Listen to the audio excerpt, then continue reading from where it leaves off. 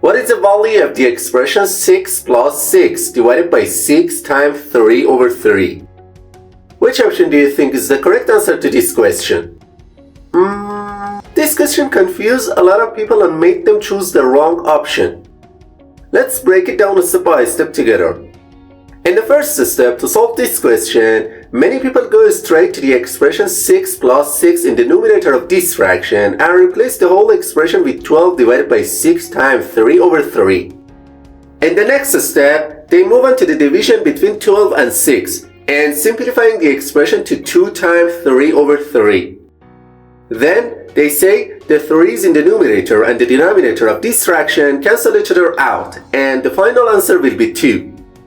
And without any hesitation, they quickly conclude that option B is the correct answer to this question.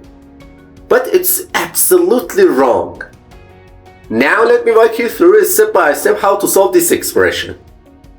To solve this question, we must strictly follow the steps outlined by the PEMDAS rule. It means that we need to carry out all the operations from top to bottom in order. Alright, as you can see in the image, in the numerator of this fraction, we have an addition sign, then a division, and then a multiplication. According to the PEMDAS rule, we must perform multiplication and division first because they have a higher priority than addition.